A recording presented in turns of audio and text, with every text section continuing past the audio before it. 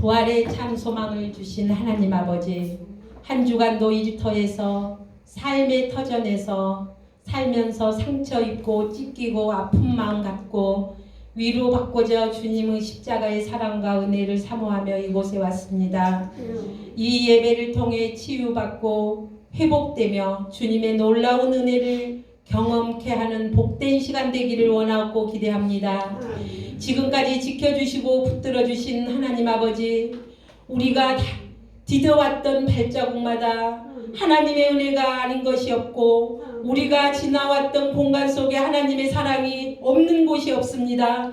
그럼에도 불구하고 미련한 우리들은 세상의 마음을 뺏기고 영적 게으름 가운데 있었음을 이 시간 고백합니다. 우리들 마음 가운데 온갖 탐욕과 증오와 미움과 비난, 세속의 가치를 향한 우리들의 마음을 아시는 하나님, 이 시간 우리들의 마음을 토해내는 심정으로 피워내며 회개하오니 죄인된 우리들을 용서해 주시고 위로해 주시옵소서.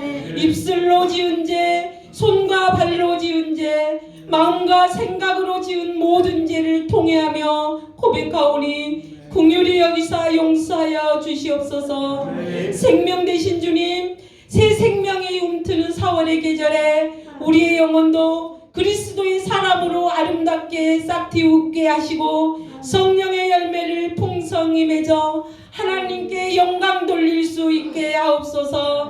하나님, 하나님의 큰 뜻이 있어 귀한 피터강 목사님을 통해 JWC를 설립케 하셔서 미약하지만 믿음으로 시작하게 하시고 믿음으로 하나 되게 하시고 주마다 예배케 하시니 감사할 뿐입니다. 선한 영향력을 끼치는 아름다운 공동체로 주님께 인정받고 세상에 널리 알려지는 복음의 구원선이 되게 하여 주시옵소서.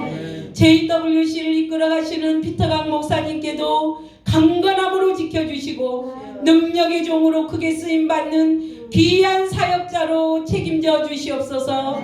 대한민국을 사랑하시는 하나님, 내일은 총선이 있는 중요한 날입니다. 이 나라 이 민족의 하나님을 섬기는 민족이 되게 하시고 은혜에 충만한 대한민국이 될 수 있도록 인도하여 주시옵소서. 내일 총선에서 하나님을 경외하고 국민을 사랑으로 섬길 만한 국회의원들이 선출되게 하여 주시옵소서. 사랑의 하나님, 영육간의 병든 몸과 마음의 상처들을 치료하여 주시고 물질로 고통받는 자들에게 흔들어 차고 넘치는 역사가 있게 하여 주시옵소서. 주어진 시간을 헛되이 보내지 않고 날마다 하나님을 높이며 살아가게 하시고 우리 삶이 하나님 앞에 은혜 충만 성령 충만 삶이 되게 하옵기를 간절히 바라오며 죄에서 날 구원하신 예수님의 이름으로 간절히 기도드리옵나이다. 아멘.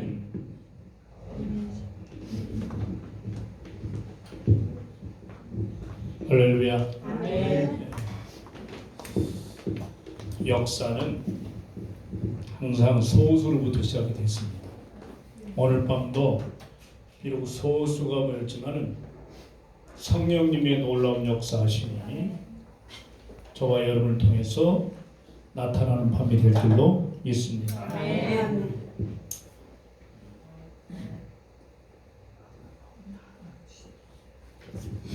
수많은 무리들이 예수님을 따랐죠. 왜? 기적이 일어나니까.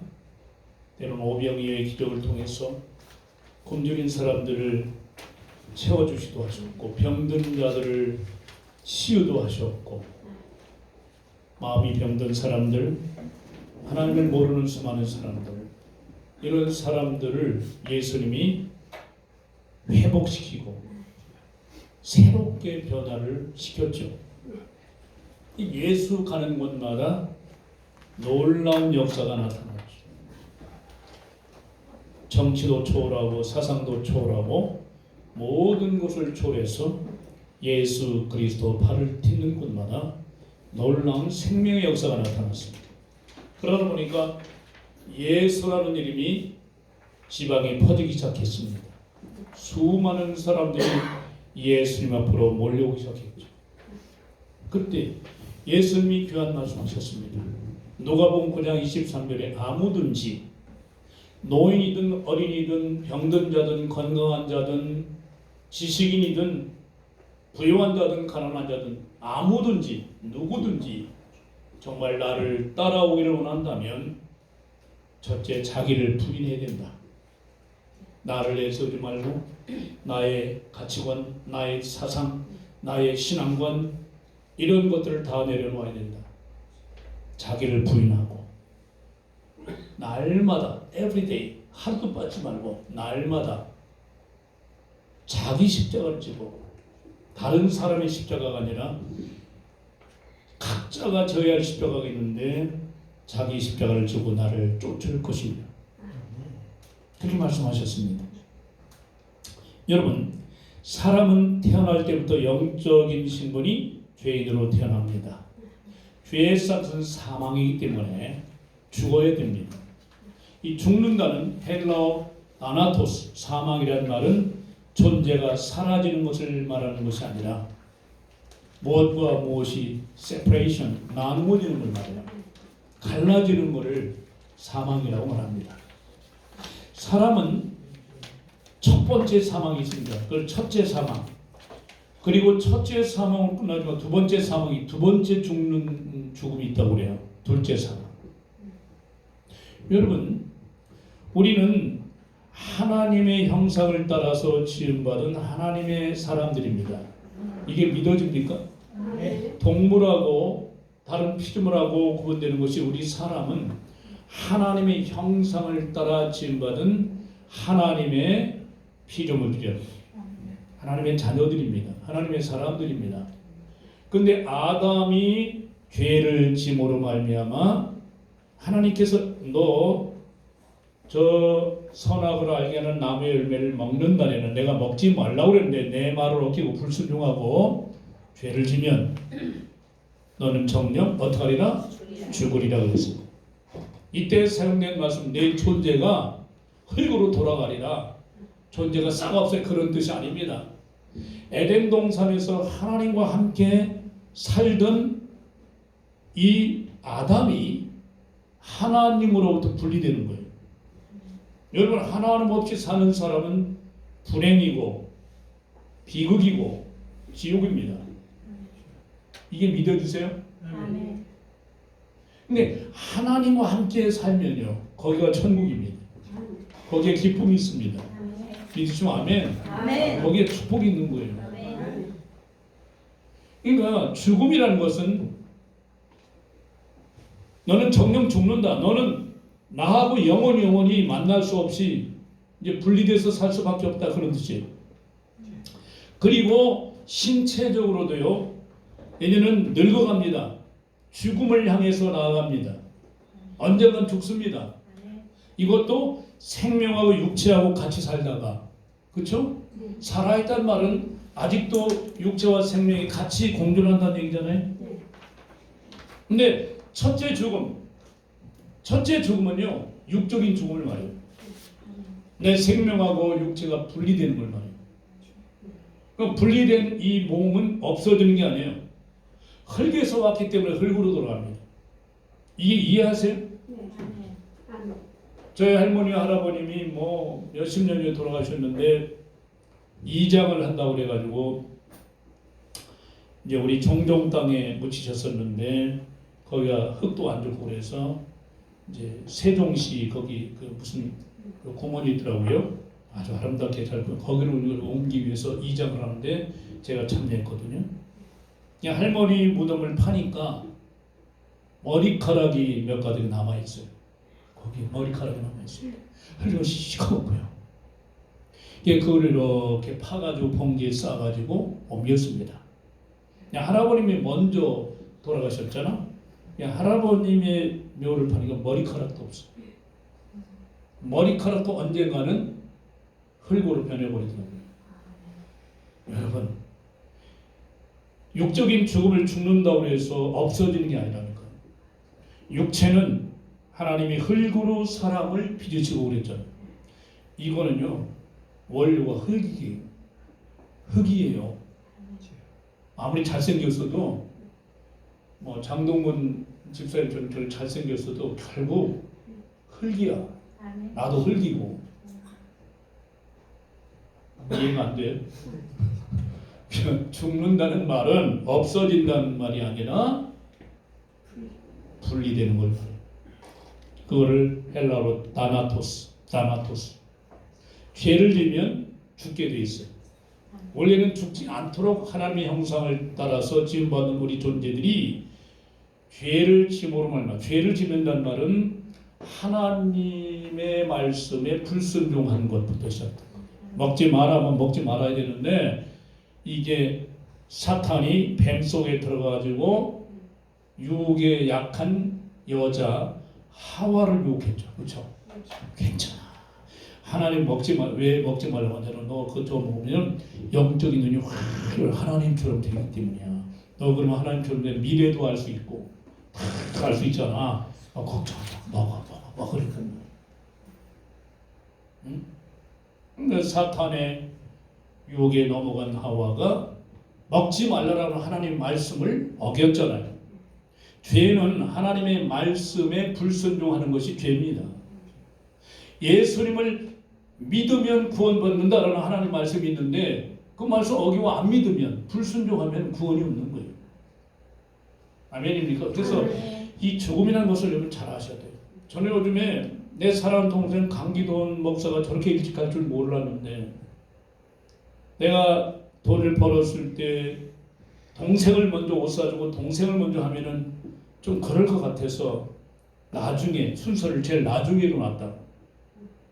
다른 사람 돕고 했는데 저렇게 빨리 갈 줄 누가 알아요? 꿈에는 왜 자꾸 나타나는지 모르겠어요. 몇 번 나타났어요. 나보고 가재요. 형 가 그러는데 나 데려가려고 그러나. 요즘에는요 정말 새벽에 2시 3시 눈을 뜨면요 하나님 앞에 기도하면서 동생에게 내가 잘못한 것이 너무나 와요. 왜 사람 동생한테 옷 한 벌 못 해줬나? 응? 그 어렵게 사는데 내가 왜 섬기지 못했나? 야단만 쳤죠. 후회가 많습니다. 육적인 죽음이 찾아오기 전에 우리가 살아있을 동안에 서로 섬겨야 합니다. 아멘. 진짜 말 한마디라도 좀 불쾌한 말 좀 하지 마. 아멘. 말을 왜 그렇게 하는지 몰라 나는. 여러분 심령 안에 성령님이 살아계시잖아요. 그래 안 그래요? 이름 번씩 7번을 용서라고 하나님 말씀을 명령했는데 그거 어기면 그게 죄라니까. 그 자범죄. 예? 하나님께서 가라 하는데 안 가죠. 그 불순종해. 응? 가지 마. 근데 가면은 그것도 불순종이야. 기도해라. 그런데 기도 안 하죠. 말씀에 불순종했기 때문에 죄예요. 죄. 그러니까 죄를 지면 제일 기뻐하는 존재가 사탄이고요. 악령들이고요. 가장 슬퍼하신 분이 성령 하나님이죠. 구원받은 하나님의 자녀들이 죄를 지면 애통하신다고 그랬어요. 통곡하신 제 성령님. 여러분 육적인 죽음이 찾아오기 전에 다시 말하면 우리가 아직 생명이 있을 동안에 부모님이 생존해 계신다면 부모님께 정말 잘해드리고 나는 여기 본인이 있지만 우리 장동근 집사님이 100세 되신 어머님을 막내 아들이 말이죠. 그게 쉬운 일이 아닙니다. 소되면 세탁기를 2개나 놓고 그걸 다 하신 거 아니에요.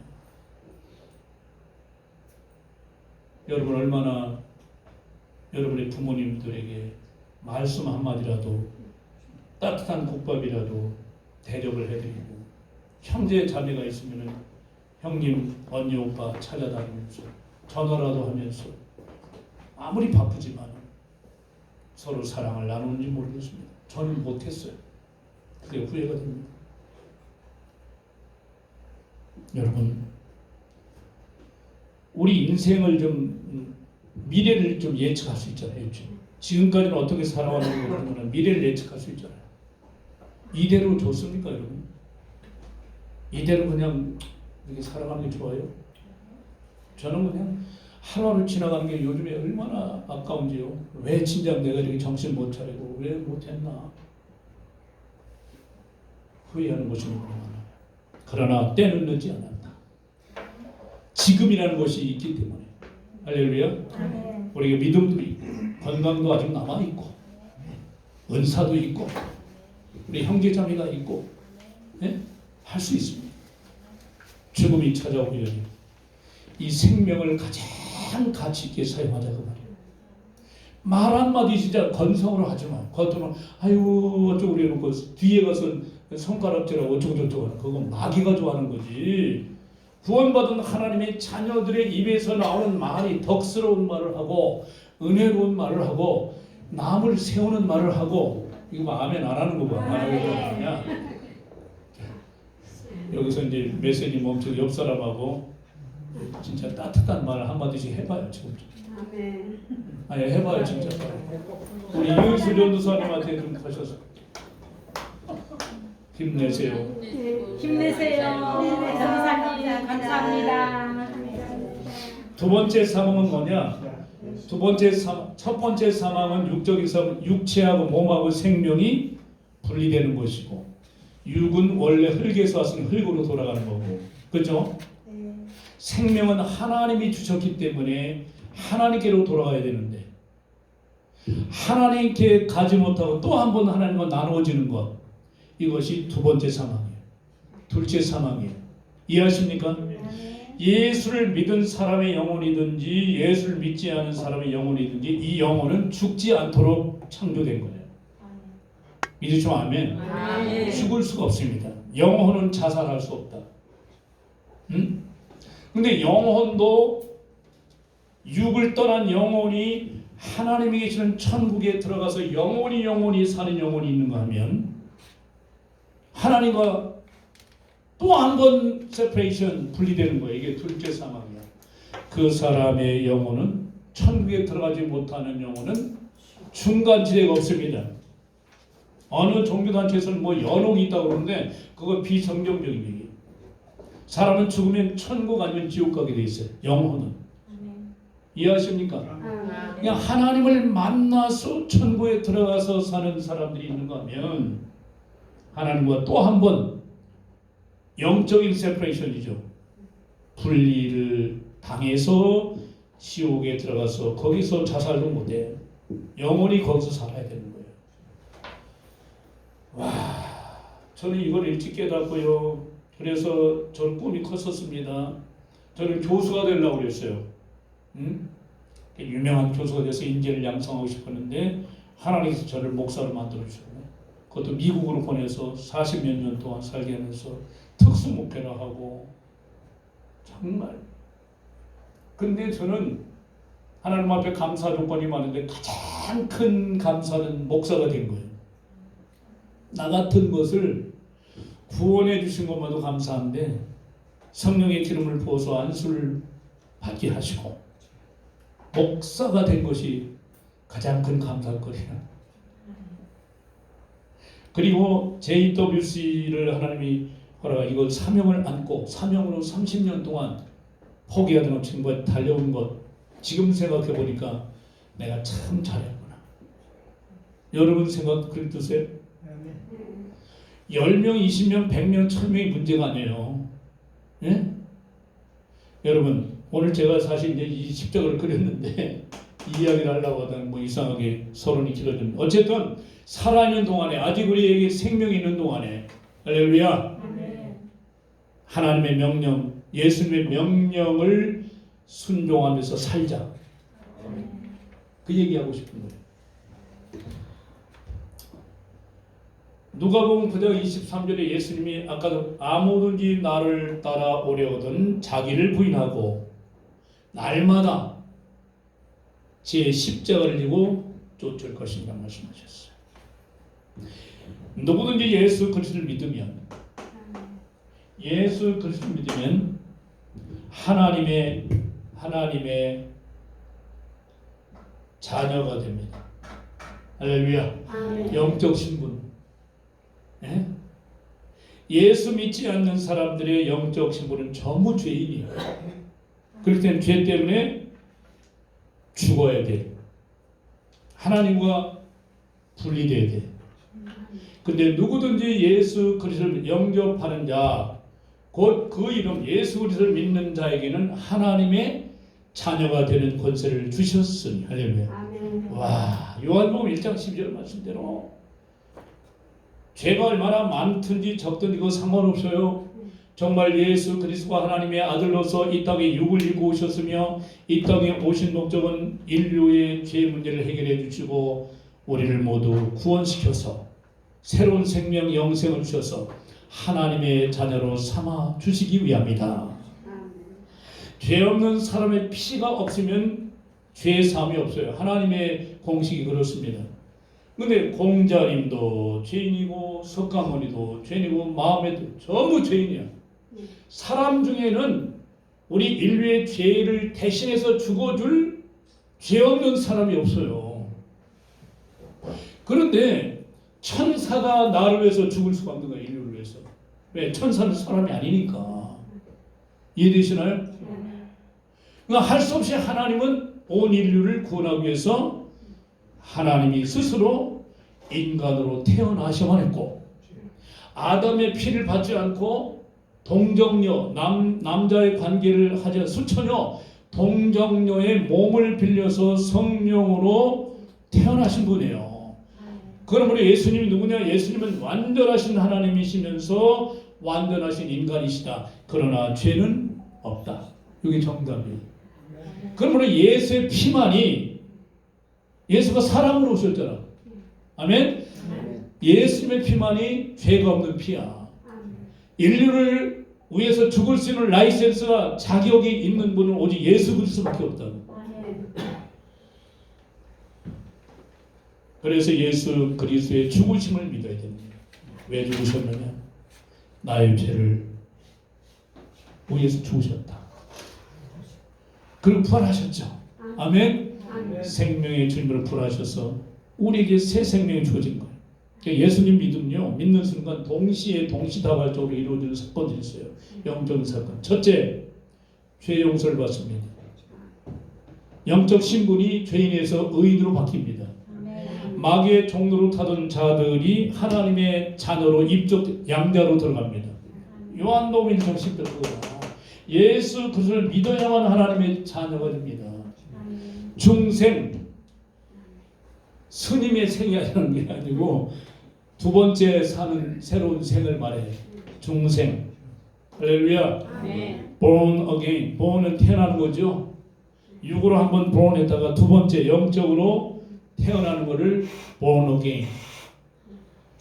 여러분들은 하나님의 자녀로 중생하셨습니까? 아멘. 도덕과 행함으로 하는 게 아니에요. 누군 예수를 믿기만 하면 중생하는 거야. 아멘. 네. 그래 여기서 안 끝나. 예수님이 원하시는 것은 누군 예수님의 제자가 되기를 원하고, 그러면 제자들이 지어야 할 십자가를 지고 날마다 예수님을 따라서 살아가는 걸 원해요. 그래서 우리는 겨우 구원받은 영적 베이비 상태에서 사는 것이 아니라 예수님의 제자가 되어서 제자의 십자가를 지고 살아가는 것. 아멘. 그러면 누가 제자입니까? 누가? 구원받으면 다 제자가 되나요? 아닙니다. 구원은 믿음으로 구원받고 하나님의 자녀가 되지만 이 영적인 상태가 너무 어려워서 조금만 바람 불어도 넘어지고 영적 베이비야, 베이비. 제가 미국에서 목회할 때 이분을 만났는데 이제 수정교회, 그 교회 부목으로 오셔서 목회하시는 후안 카를로스 목사님이 그 남미에서 목회하신 분이죠. 이분이 젊은 나이에 목회 시작을 개척을 했는데요. 아니 갑자기 1년 만에 막 몇백 명이 막 늘었어요. 부흥이 됐단 말이에요. 그러니까 사람들은 부흥하는 교회 그러는데 어느 날 새벽에 기도를 하는데 하나님께서 자기 성도들이 영적인 상태를 보여주시라는 거야. 영적 아이들. 응애하고 이제 태어난 아이들이요. 수백 명이 누워있는 모습을 보여줬어. 그러면 걷지도 못하고 말도 못하고 그런 영적 맨날 전만 달라고 하면 그 아이들이 전도할 수 있나요? 기도할 수 있나요? 선행을 할 수 있나요? 못하잖아요. 근데 사람들은 부많은 교회라고 얘기를 하는 거야. 그때 충격을 받았답니다. 아하, 그래서 그때부터 제자 운동한 거예요, 이분이. 그래서 그분이 쓴 제 제자입니까? 라는 책이 있잖아요. 제자입니까? 예수 그리스도를 날마다 따를 수 있는 제자가 되려면 첫 번째 조건이 하나님의 자녀가 되어야 됩니다. 하나님의 자녀 되면 행함으로 안 됩니다. 이해하세요? 오직 예수 그리스도의 죽으심과 부활하심을 믿고 영접해야 돼.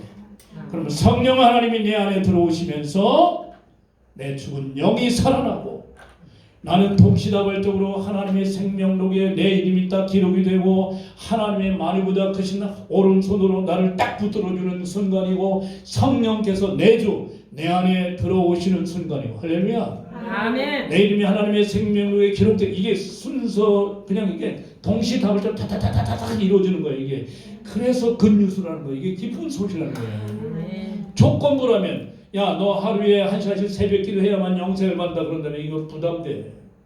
잠 많은 사람들. 강도든 뭐든 상관없어. 불교 신자든 뭐든 상관없어. 누구든지 예수 우리가 누구신가를 알고 예수님이 나 위해 죽으신 것을 믿고 믿어지고 부활하신 걸 믿고 영접하면 그 순간 나는 하나님의 자녀로 태어난다. 그런 다음에 이제 예수님의 제자가 되려면은 성장해야 된다. 다 같이 성장. 구원받은 하나님의 자녀들이 훈련을 받아서 수많은 어려움 속에서 연단받고 그래서 성장해야만 제자가 될 수 있는 거예요. 그래서 구원받은 하나님의 자녀들에게 예수님의 제자가 되게 하기 위해서 우리를 때로는 사망의 음침한 골짜기 같은 곳으로 몰아넣죠. 돈 문제 때문에 정말 어찌할 바 모르는 봉변도 당하고 사기꾼 소리도 듣고 그러면서도 하나님을 바라보게 하고 그 상황 속에서도 기도하게 하고 하려면 이런저런 때로는 내가 육체 질병에 걸려서 고통을 당할 수도 있고요. 모함을 받을 수도 있고 뭐 수많은 과정을 통해서 결국은 성숙하고 성장하게 만들어요. 아멘입니까? 아멘. 그런 사람을 예수님의 제자라고 합니다. 당신은 제자입니까? 라는 책을 보고 내가 도전받아서 난 아직도 부족하다. 목사인데도 신학을 공부했는데요. 그때부터 저는 이 교회론에 빠져가지고 나부터 내가 먼저 제자가 되지 않으면 안 되겠다. 저는 성격이 굉장히 막 급하기도 하고요. 긍정적이지만 또 때로는 너무 급해서 실수할 때가 많아요. 아니면 그냥 사표내버리고 그게 잘하는 줄 알았어. 아니더라고.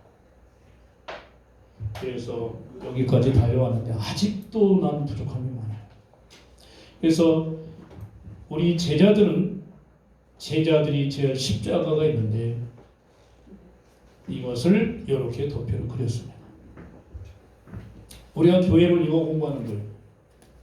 어떻게 하면 내가 죄인이 의인되며 하나님의 자녀로 번호게 할 수 있느냐? 그런 다음에 어떻게 제자의 십자가를 지고 날마다 주님께서 나에게 맡겨진 사명을 이루어가면서 갈 수 있느냐? 그거를 지금까지 공부하고 거예요. 요 부분에 내가 공을 많이 들였어요. 요 부분. 여러분 심령이 예수 그리스도 믿어 하나님의 자녀가 되는 부분에 대해서 굉장히 강조를 했죠. 그런 다음에 말씀 부분을 우리가 공부를 했습니다. 말씀. 제자의 십자가는 두 가지예요. 네 가지예요. 말씀, 기도, 신교, 11조입니다. 이 중에 하나라도 빠지면 성숙된 제자라고 말할 수 없는 거예요.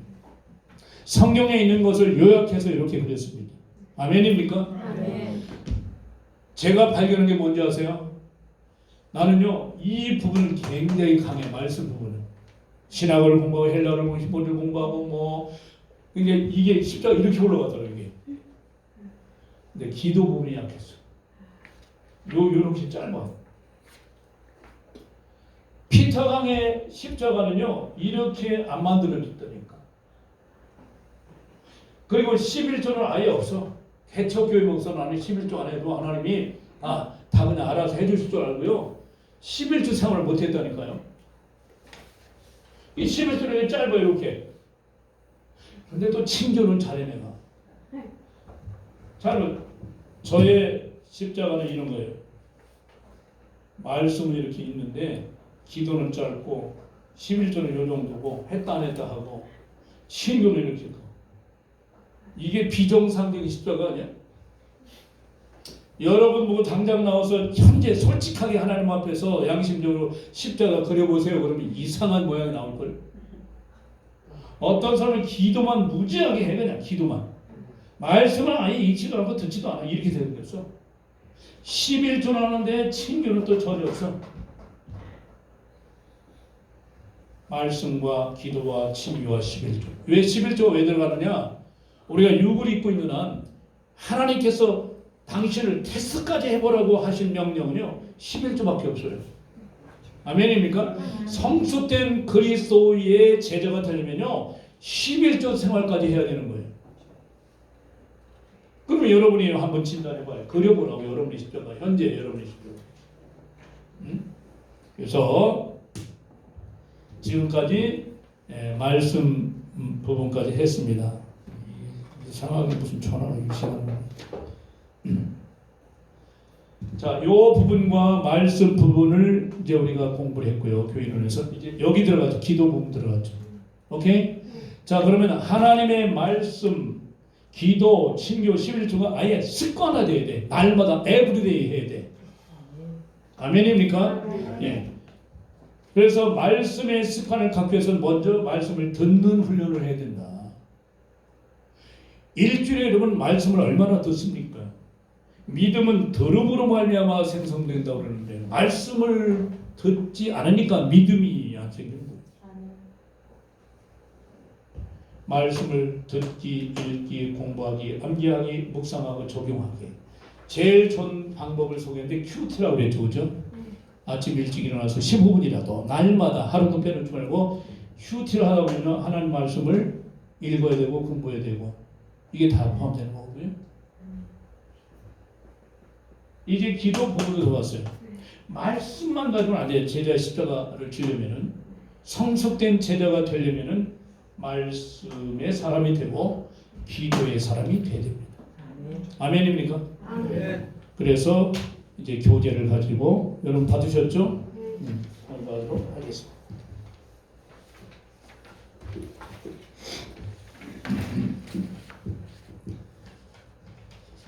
기도를 하는데 예수님이 가르쳐 주신 주님의 기도가 있죠.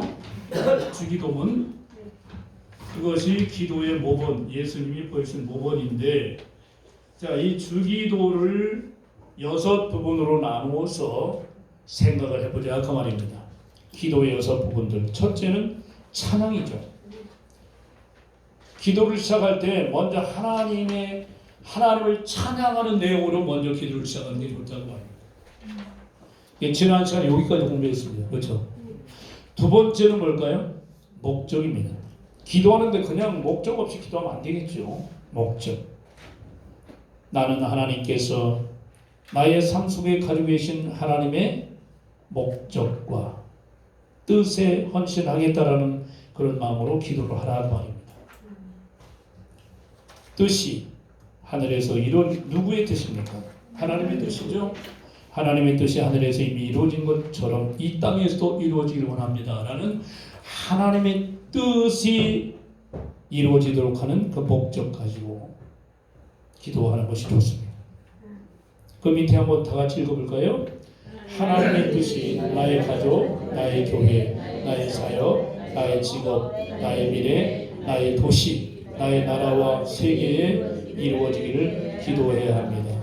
그 밑에도 읽어요. 너희는 이 세대를 본받지 말고 오직 마음을 새롭게 함으로 변화를 받아 하나님의 선하시고 기뻐하시고 온전하신 뜻이 무엇인지 분별하도록 하라. 사람마다 원하는 뜻이 있습니다. 그것이 비전일 수도 있는데 목표일 수도 있는데 우리 예수 그리스도의 제자가 되려면 하나님의 뜻을 찾아야 돼요. 나를 향한 하나님의 뜻이 분명히 있어요. 여러분 개개인을 향한 하나님의 뜻이 있습니다. 그것이 여러분의 삶의 목표가 되고 비전이 되면 참 좋겠죠. 세 번째는요, 예비. 나는 하나님께서 나의 필요를 채워주시기를 기도하겠다. 여러분 필요한 것이 너무나 많잖아요. 영적인 것부터 모든 것이 너무나 많은데도 우리는 구체적으로 하나님 앞에 나의 필요를 위해서 기도하지 않는 경향이 참 많습니다. 하나님 알아서 해주시겠지 뭐. 하나님은 구체적으로 여러분과 관계를 맺기 원해요. 여러분 자녀들이 학교 갔다 왔는데 손자 손녀 학교 갔다 왔는데 말도 안 하고 인사도 안 하고 방에 들어가면 문 쾅 닫고 가면 궁금하지 않아요? 근데 학교에서 할머니 오늘 이런 일이 있었는데 어쩌면 남학생이 나를 좋아한다고 그러는데 내가 어떻게 해서 조차조차조차 하면 그게 기분이 나빠요? 고건대원님, 예? 그게 좋잖아요. 밖에서 일어난 일들을 그냥 엄마 아빠한테 할머니 할아버지 와서 얘기하는 게 좋은 거 아니에요? 여러분이 뭔가 필요한 것이 있으면 하나님 앞에, 저와 여러분 하나님의 자녀니까 하나님 앞에 여러분이 필요한 것들을 공급받기 위해서, 체험을 받기 위해서 기도하셔야 된다는 거예요. 아멘입니까? 아멘. 그래서 우리에게 일용할 양식을 주옵시고, 와, 일용이 뭐죠? 하루하루 먹는 양식을 위해서 기도하라고 했습니다.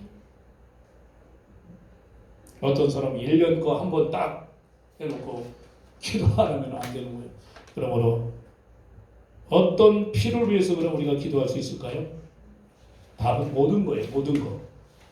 하나님 앞에 기도할 때 제한하지 마십시오. 영적인 것, 육적인 것 모든 필요를 위해서 기도하셔야 됩니다. 빌립보서 4장 19절 말씀이 그거잖아요. 읽어봅시다. 시작. 나의 하나님이 그리스도 예수 안에서 영광 가운데 그 풍성한 대로 너희 모든 쓸 것을 채우시려. 할렐루야. 아멘. 그러면 하나님이 채워주시려면 모든 것을 위해서 기도하셔야죠. 자기 아들을 아끼지 아니하시고 우리 모든 사람을 내어주신 이가 어찌 그 아들과 함께 모든 것을 우리에게 은사로 주지 아니하시느냐. 은사로 번역된 건 grace, 선물입니다. 선물. 내가 뭘 대가를 치러야만 하나님이 채워주신 분이 아닙니다. 자녀이기 때문에 아버지께 필요한 것을 구하면 그분에게 다 있기 때문에 조건 없이 채워주시는 좋으신 하나님. 네가 받지 못하면 구하지 않았기 때문이라고 성경은 말합니다. 하나님께는 금도 있고 은도 있고 모든 것이 다 있어요. 할렐루야. 근데 우리가 왜 하나님 앞에 기도하지 않냐고요? 기도라는 것은 어떤 면에서 우리가 육을 입고 이 땅을 사는 신앙생활하는 동안에 필요한 모든 것, 영적인 것서부터 물질적인 것, 모든 것을 위해서 아버지 앞에 고하고 부탁하고 간청하고 기도해야 되는 줄 믿습니다. 이거 잘못된 거 아니에요. 어떤 사람 기복신앙 단어를 쓰는데 나는 그거 별로 안 좋아. 아니, 하나님 앞에 복 받겠다고 하는 게 그게 잘못된 거예요. 네? 나는 하나님 앞에 복 받고 싶어요. 상 받고 싶어요. 할렐루야. 예. 기도하지 못하게 있잖아요. 하나님의 복을 아주 그냥 같이 절하시키는 그런 것들이 많아. 시편 1편을 나는 좋아합니다. 복 있는 사람은 악에. 그러면요 하나님의 말씀을 밤낮으로 즐거워하면서 묵상하면, 그리고 그 묵상한 말씀대로 내가 그렇게 살면 마치 시냇가에 심겨진 나무가 시대조차 열매를 맺고 그 잎사귀가 마르지 않은 그 행사가 다 형통. 할렐루야. 크리스찬의 삶은 불통이 아니에요. 형통이에요. 믿으시죠? 아멘. 아멘. 믿음으로 손대는 것마다 형통한 축복이 임하길 바랍니다. 크리스찬들이 우리가 사업을 하는 것도 이 땅의 빛과 소금의 사명 이루기 위해 사는 거잖아요. 믿습니까? 아멘. 근데 왜 하는 사람마다 안 되냔 말이야. 저부터도요. 뭔가 이유가 있어요. 믿음이 약하든지. 구체적으로 기도하세요. 이해하세요? 이 기도할 때 열쇠가 있어요. 열쇠. 이 열쇠만 있으면요 하나님이 우리의 필요한 모든 것을 공급해 주십니다. 그게 뭘까요? 기도인데 보통 기도가 아니라 구체적인 기도. 구체적인 기도를 드리십시오. 그래서 당신이 구하는 것을 하나님의 약속의 말씀과 함께 적으십시오. 그리고 응답을 기다리십시오. 빌립보서 4장 6절, 제가 참 좋아하는 말씀인데 함께 읽습니다. 시작. 아무도 염려하지 말고 오직 모든 일에 기도와 간구로 너희 구할 것을 감사함으로 하나님께 하리라. 아직 이루어지지 않은 건데 왜 감사하냐? 기도하면, 믿음으로 구체적으로 기도하면 이루어준다고 하는 약속이 있기 때문에. 믿습니까? 예, 그러니까 감사함으로 기도하라는 거예요. 불평하지 말고, 의심하지 말고, 아이고 이 엄청난 문제를 하나님 들어줄 수 있을까? 이런 생각은 사단이 집어넣는 거야. 무엇이든지 원하되 구하라고 했잖아. 기도하는 사람들의 대상이 누구야? 우리가 하나님의 뜻이 이루어지기 위해서 기도하고, 하나님의 나라가 이 땅에 이루어지기 위해서 기도하고, 그것이 우리의 삶의 목적이 되지만은 또 우리가 기도할 대상들이 사람들입니다. 사람들을 위한 기도를 해야 됩니다. 아멘입니까? 네. 우리가 우리에게 죄 지은 자를 사해준 것 같이 우리를 사해 주십시오. 그러면 내가 첫째로 권하노니 모든 사람을 위하여 간구와 기도와 도구와 감사를 하되. 그냥 형식적으로 기도하지 말고 간절히 기도하세요. 간절히. 바로 부흥사님이 그러더라고. 간절히 기도하는 간이 저리도록 기도하는 거예요. 얼마나 외쳤으면 간이 저리도록 기도해야 됩니다. 예수님은요, 십자가를 지전에 겟세마네 동산 올라가서 얼마나 기도했는데 이 머리를 있잖아, 무릎과 무릎 사이에 묻었다고 그랬어요. 얼마나 용을 쓰면서 기도했는지 모세 혈관이 터진 거 아니야. 이게 땀방울이 핏방울로 바뀌었잖아요. 그 상징적인 거 아닙니다, 여러분. 하나님의 아들도 그렇게 간절히 기도했는데 우리가 얼마나 간절히 기도해봤냐고. 여러분 질병이 있어요? 현대의학을 해결할 수 없어요? 그러면 얼마나 그 문제를 놓고 진짜 전능하신 하나님 앞에 간절히 기도해봤냐고요. 하나님의 전능하신 능력이 의사만 또 못하냐고. 뭐 요즘에 줄기세포 쪽인데 줄기세포만 또 못해? 우리 세포 하나를 만드신 그 하나님이신데. 아멘. 구체적으로 기도합시다. 그리고 사람들을 위해서 기도해야 합니다.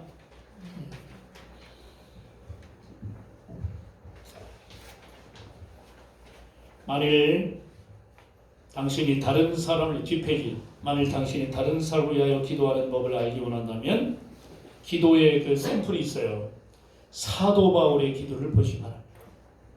사도 바울이 어떻게 기도했는지 여러분, 제가 성경지를 어디 나열해 놨는데 집에 가셔서 진짜 읽어보세요. 사도 바울의 기도가 여기 있습니다. 에베소 1장 15절에서 그 이하, 골로새서 1장 3절부터 12절, 데살로니가전서 1장 2절 3절, 데살로니가후서 1장 11절 11절. 당신이 기도해 주기를 원하는 사람들의 뭘 만들어요? 명단을. 그냥 기도하지 말고 명단을 만들. 기도 명단이 있어야 된다.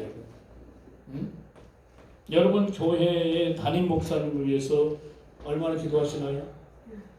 그럼 구체적인 기도를 해야 되잖아요. 목사님을 위해서. 그죠? 그럼 목사님이 구체적으로 뭐가 필요한지를 여러분 아셔야 될 거 아닙니까? 그래 안 그래요? 그냥 우리 목사님 성령 충만을 이걸로 끝나면 안 되죠. 하나님, 내 선한 담임 목사님이 요즘에 신경통이 도져가지고 오른쪽 다리를 저렇게 저으시는데요. 하나님, 내 사랑하는 담임 목사님의 오른쪽 다리가 완전히 회복되도록 하나님의 능력으로 치유해 주시옵소서. 구체적으로 기도하는 거예요. 우리 사모님이 요즘에 얼굴에 웃음기가 없어졌는데 무슨 고민인지 하나님, 우리 사모님을 괴롭히는 이 모든 문제를 해결해 주시옵소서. 내 사랑하는 큰딸이 요즘에 우울해지고 있는데 내 딸을 우울하게 하는 이 모든 것들을 하나님 제거해 주시옵소서. 구체적인 기도가 필요합니다.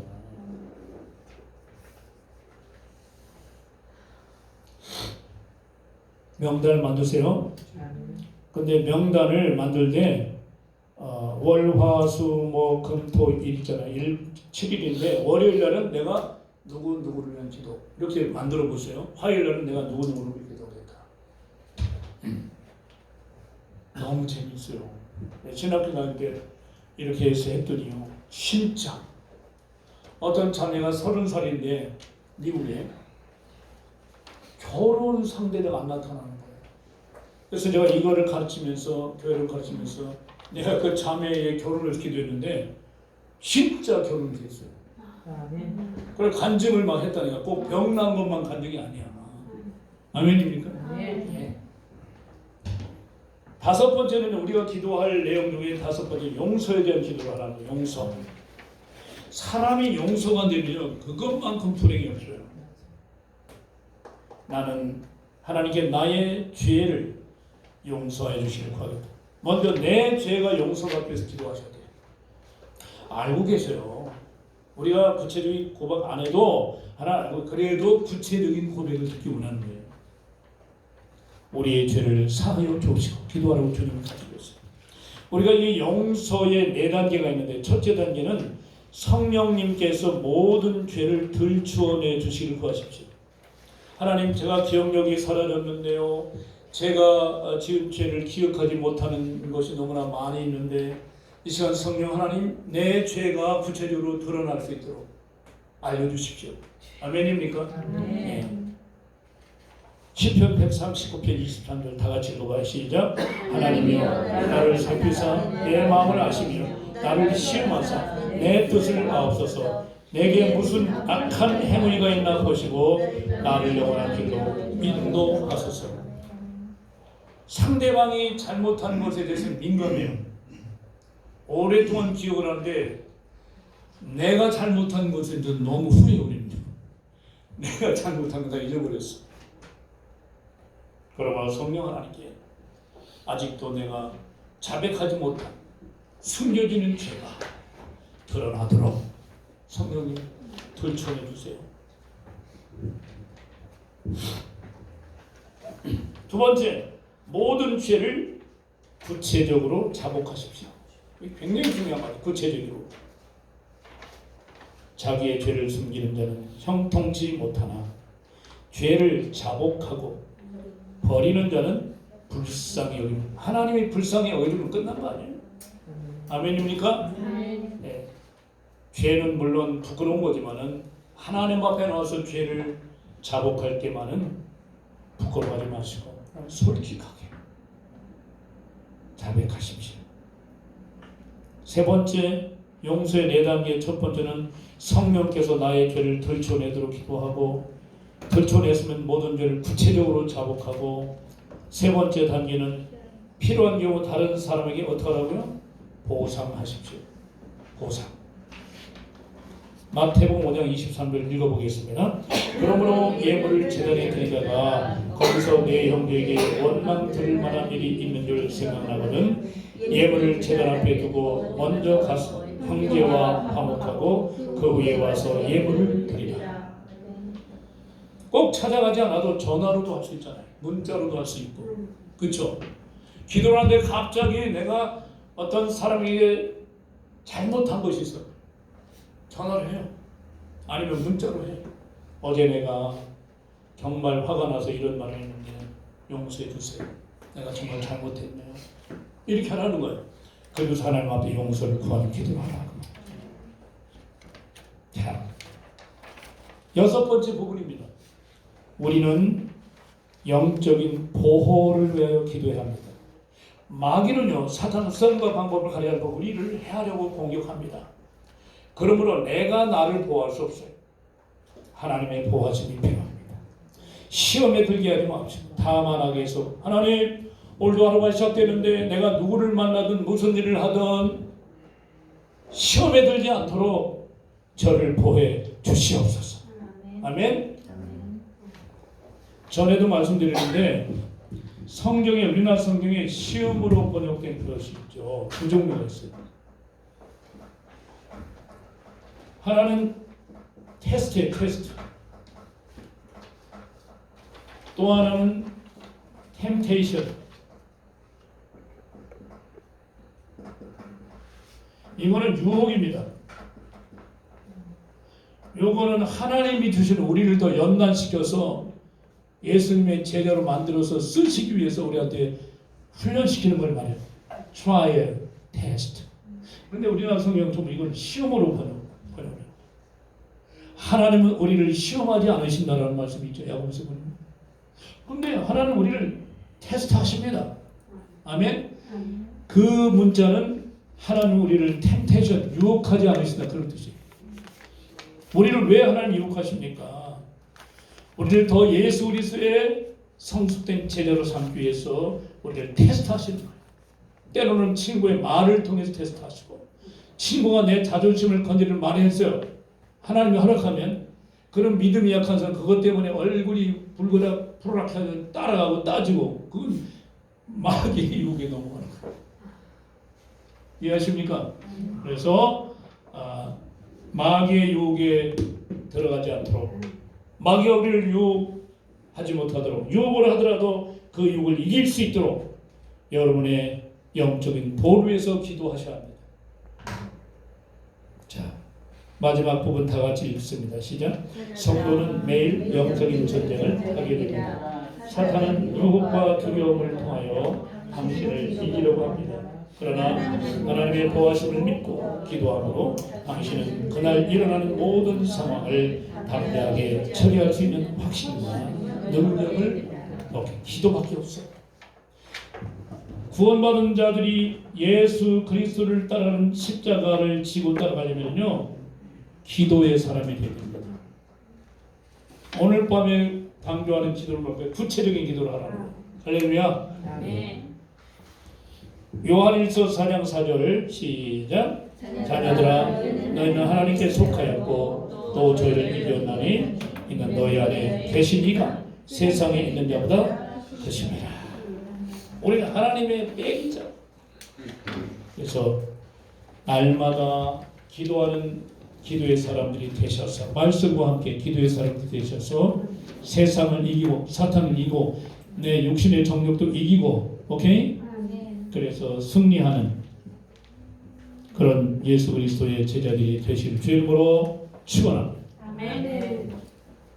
실화를 말씀드리고 이제 오늘 순서를 마치려고 하는데, 저는 실제 있었던 얘기만 합니다. 자, 이 간증은요, 독일에서 있었던 간증인데, 독일의 그 슈베린이라고 하는 지역인데, 그 슈베린 중에 또 메클렌부르크라는 동네가 있어요. 시골입니다. 이 작은 독일 마을에서 태어난 사람이 있는데, 그 사람 이름이 프레드릭 마르틴 리먼이라는 사람이에요. 리먼.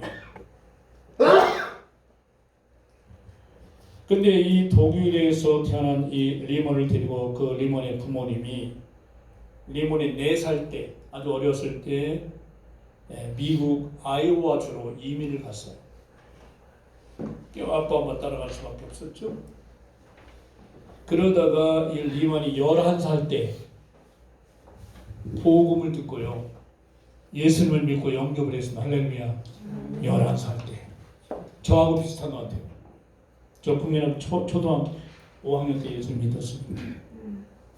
그리고서 이 리만은 얼마나 열심히 시골 교회를 다니면서 성경 공부하고 기도 생활하고, 그래서 은혜를 너무 많이 받아가지고요, 드디어 신학교를 나왔어요. 노스웨스턴 대학을 졸업을 하고 목사 안수를 받아서 목사님이 됐습니다. 그런데 하나님께서 이 리만에게 목회 사명을 주셨는데 시골교회에서 목회하라는 거예요. 그래서 시골교회에서 목회를 시작을 했습니다. 그런데 이 리만 목사님은요, 어느 한 곳에 머무르지 않고 일생 동안 지방의 시골교회만 섬겼어요. 개척을 하고 열심히 전도하고 목회하다 보면 교회가 성장하잖아요. 그러면 그 교회를 사용하고 또 어려운 지방에 가서 교회를 개척하고, 그렇게 시골교회 목회만 하셨답니다. 평생. 이게 어려운 거 아니에요. 저도 개척을 미국에서만 25년 동안 7번 교회를 개척해 봤는데 개척 아무나 못해요. 목회하는 교회마다 형편이 너무 어려워서 생활하기가 참 힘들었죠. 그래서 가족의 생계비를 벌기 위해서 가구점 목공으로 들어가서 일을 했습니다. 파트타임 잡을 거죠. 그리고 공장에 들어가서 또 열심히 일을 했고요. 병원에서 또 그 막일이죠. 닥치는 대로 일을 하면서 생활비를 벌었다고 그래요. 저는 이 간증을 보면서요, 제 생각이 많이 났습니다. 몸이 힘들 때면은 목회지를 도시로 옮겨서 좀 편안하게 살고 싶을 때가 많았다고 그러네요. 이분도. 근데 그때마다 하나님 막으시는 거예요. 아니야, 너는 시골 교회에서 목회해라. 농부들 속에 들어가서 목회해라. 그래서 이 시골 교회를 떠날 수가 없었다고 합니다. 이것이 내가 지어야 할 십자가라는 것을 잘 알고 있었습니다. 리먼 목사. 어느 날 그날도 치즈 공장으로 이제 출근했는데 오전 일을 마치고 점심을 먹으려고 싸운 이제 그 도시락 가방을 이렇게 였는데 아내가 남편을 생각해서 정성 들여 쓴 시 한 편이 거기 이렇게 들어있는 거예요. 한번 읽어봤습니다. 하늘을 두루마리 삼고 넓은 대양을 잉크로 채워도 크신 하나님의 사랑을 모두 기록할 수 없겠네 라는 시였습니다. 이 시를 다 읽기도 전에 하늘보다 더 넓고 크신 하나님의 사랑이 어렵고 힘든 목회와 막노동에 찌들어 있었던 이 리만 목사를 덮어버렸어요. 하나님의 은혜가 덮어버렸어요. 할렐루야. 그래서 그는 그 시를 읽으면서 깊은 감동을 받아서 눈을 감고 조용히 하나님의 사랑을 느끼면서 그걸 레몬 상자 위에 쭈그려 앉아가지고 몽당 연필을 집어들어서 차분한 마음으로 하나님의 사랑을 글로 쓰기 시작했다. 1절을 쓰고 2절을 쓰고 후렴까지 다 써내려갔어요. 근데 3절은 아내가 보내준 그 시 있죠. 그걸 그대로 3절로 써내려갔습니다. 이 시가 바로 하나님의 사랑을 노래한 그 크신 하나님의 사랑이에요. 304장, 옛날 자통 404장인데 리만 목사는 어렵고 힘든 삶으로 괴로움이 많았지만은 심판날에 구원해 주실 주님의 은혜와 사랑을 찬양하고 있는 거예요. 리만 목사님은요, 설교 중에도 시를 읽거나 찬송을 불러서 성도들에게 감동을 안겨준 목사였다고 합니다. 그가 틈나는 대로 쓴 찬송시가 수백 편이 넘었다고 그래요. 그래서 5권의 책으로 출판이 되기도 했습니다. 리만 목사님은 작은 교회 목회에 여생을 바쳤고요. 85세를 일기로 캘리포니아의 페사디나, 제가 여기 자주 간 곳입니다. 옛날 도시인데 페사디나에서 생을 마감을 하셨어요. 우리 리만 목사님의 그 생애를 좀 생각해 보면서 또 우리를 향한 하나님의 놀라운 그 크신 사랑을 찬양하면서 마치도록 하겠습니다. 아멘. 자리에서 일어나셔서 이제 그 크신 하나님의 사랑을 찬양. 이것이 우리의 고백이 되고 간증이 되는 걸 생각했어요.